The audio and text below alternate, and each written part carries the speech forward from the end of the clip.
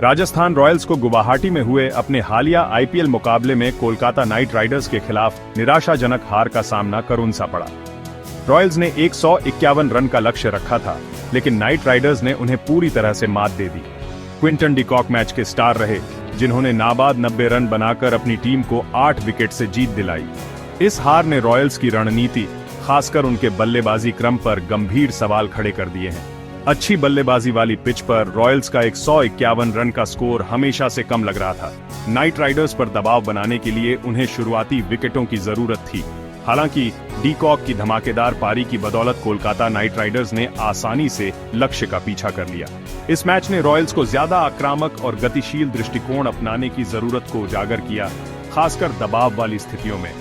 यह हार राजस्थान रॉयल्स को टूर्नामेंट में एक अनिश्चित स्थिति में छोड़ देती है। अगर उन्हें आने वाले मैचों में वापसी करनी है, तो उन्हें अपनी रणनीतियों, खासकर अपने बल्लेबाजी दृष्टिकोण पर फिर से विचार करने की आवश्यकता होगी। टूर्नामेंट के अगले चरण में जाने से पहले टीम प्रबंधन को कुछ गंभीरता से सोचना होगा। रॉयल्स के गेंदबाज हालांकि पूरी तरह से निशाने पर नहीं थे, लेकिन महत्वपूर्ण समय पर सफलता हासिल करने में नाकाम रहे। उन्होंने बहुत ज्यादा ढीली गेंदें फेंकी, जिसका फायदा डी कॉक ने उठाया। गेंदबाजी आक्रमण में अनुशासन और पैठ की कमी के कारण रॉयल्स को मैच में भारी नुकसान उठाना पड़ा। मैच की सबसे बड़ी चिंताओं में से एक थी राजस्थान रॉयल्स का शिमरोन हेटमायर को 8वें नंबर पर भेजने का फैसला। वेस्ट इंडीज के इस पावर हिटर, जो अपनी विस्फोटक बल्लेबाजी शैली के लिए जाने जाते हैं, आमतौर पर मध्य क्रम में एक ताकत होते हैं। हेटमायर की गेंद को आसानी से बाउंड्री के पार पहुंचाने की क्षमता उन्हें एक मूल्यवान संपत्ति बनाती है, खासकर डेथ ओवरों में। सीमित ओवरों के साथ उन्हें 8वें नंबर पर भेजना रॉयल्स के थिंक टैंक की एक चौंकाने वाली रणनीतिक भूल लग रही थी। इस फैसले ने हेटमायर को एक पारी बनाने और संभावित रूप से मैच का रुख बदलने के मौके से वंचित कर दिया। क्रीज पर देर से आने का मतलब था कि हेटमायर को शुरू से ही बड़े शॉट्स लगाने पड़े, जिससे उनके विकेट खोने का खतरा बढ़ गया। उन्हें रोक कर रखने की रॉयल्स की रणनीति बेतुकी लग रही थी, खासकर उनकी 11 करोड़ रुपए की भारी कीमत को देखते हुए।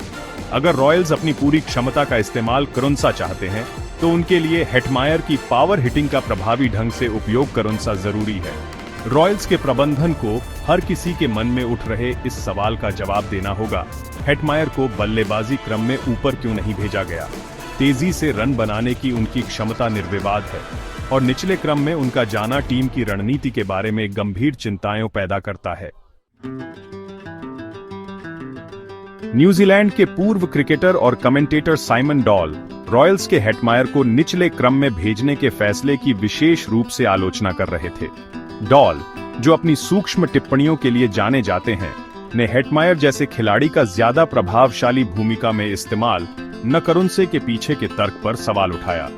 डॉल ने तर्क दिया कि हेटमायर का ट्रैक रिकॉर्ड, खासकर कैरेबियन प्रीमियर लीग में उनका प्रदर्शन, बताता है कि वह तीसरे या चौथे नंबर पर बल्लेबाजी करते समय सबसे ज्यादा प्रभावी होते हैं। इन स्थानों पर उन्हें काफी गेंदों का सामना करने से और पारी की गति तय करने से का मौका मिलता है। डॉल की आलोचना कई क्रिकेट पंडितों और प्रशंसकों के साथ समान रूप से प्रतिध्वनित होती है।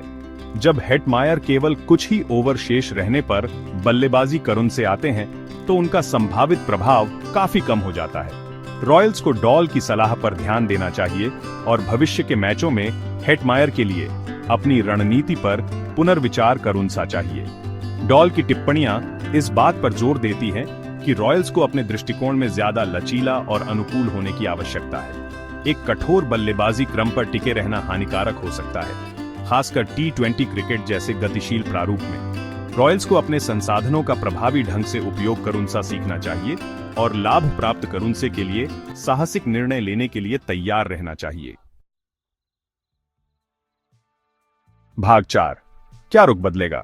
हेटमायर के प्रमोशन का संभावित प्रभाव। हेटमायर के प्रमोशन का संभावित प्रभाव। हेटमायर का बल्लेबाजी क्रम में प्रमोशन संभावित रूप से मैच के डायनामिक्स को बदल सकता था। अगर उन्हें अपनी पसंदीदा जगह पर बल्लेबाजी करने का मौका दिया जाता, तो वह रॉयल्स की पारी में जरूरी गति ला सकते थे। ऊपर बल्लेबाजी क्रम में आने से हेटमायर को सेट होने और एक बड़ी पारी बनाने का मौका मिलता। तेजी से रन बनाने की उनकी क्षमता नाइट राइडर्स के गेंदबाजों पर दबाव डाल सकती थी, और उन्हें गलतियां करुणसे पर मजबूर कर सकती थी। इससे रॉयल्स का स्कोर ज्यादा हो सकता था, जिससे नाइट राइडर्स के लिए लक्ष्य का पीछा करुणसा और भी मुश्किल हो जाता। इसके अलावा मध्य क्रम में हेटमायर की मौजूदगी अन्य बल्लेबाजों पर से दबाव कम कर सकती थी। वे ज्यादा आजादी से खेल सकते थे, यह जानते हुए कि उनके पास एक ताकतवर हिटर इंतजार कर रहा है। शीर्ष क्रम में हेटमायर का होना रॉयल्स के लिए मनोवैज्ञानिक रूप से महत्वपूर्ण हो सकता था। हेटमायर को रोक कर रखने का रॉयल्स का फैसला एक ऐसा जुआ था जो काम नहीं आया। उनके लिए जरूरी है कि वे इस अनुभव से सीखें और अपने भविष्य के मैचों में जरूरी बदलाव करें। उन्हें अपने मैच विजेताओं का समर्थन करुणसे और उन्हें खुलकर खुद को व्यक्त करुणसे का मंच देने की जरूरत है। भाग 5। नाइट राइडर्स छा गए। शानदार प्रदर्शन ने जीत सुनिश्चित की। जहां रॉयल्स को अपनी पकड़ बनाने के लिए संघर्ष करुणसा पड़ा, वहीं कोलकाता नाइट राइडर्स ने सभी विभागों में बेहतरीन प्रदर्शन किया। Quinton de Kock Knight Riders के लिए सबसे खास खिलाड़ी रहे। उनका नाबाद 90 रन नियंत्रित आक्रामकता का एक उत्कृष्ट प्रदर्शन था। डी कॉक की पारी की खासियत उनके शानदार स्ट्रोक प्ले और आसानी से गैप ढूंढने की उनकी क्षमता थी। उन्होंने अपनी पारी को पूरी तरह से नियंत्रित किया, बिना जरूरी जोखिम उठाए खुलकर रन बनाए। दूसरे ओपनर के साथ उनकी साझेदारी ने नाइट राइडर्स के पीछा करुणसे के लिए एक मजबूत नींव रखी। नाइट राइडर्स के गेंदबाजों ने भी रॉयल्स को कम स्कोर पर रोकने में अपनी भूमिका निभाई।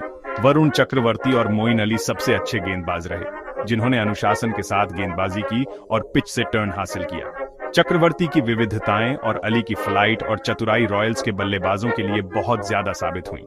नाइट राइडर्स की जीत एक संपूर्ण टीम प्रदर्शन थी। उन्होंने खेल के सभी पहलुओं में रॉयल्स को मात दे दी, एक इकाई के रूप में अपनी ताकत और संतुलन का प्रदर्शन किया। परिस्थितियों के अनुकूल ढलने और अपनी योजनाओं को प्रभावी ढंग से क्रियान्वित करुणसे की उनकी क्षमता उन्हें टूर्नामेंट में एक जबरदस्त ताकत बनाती है।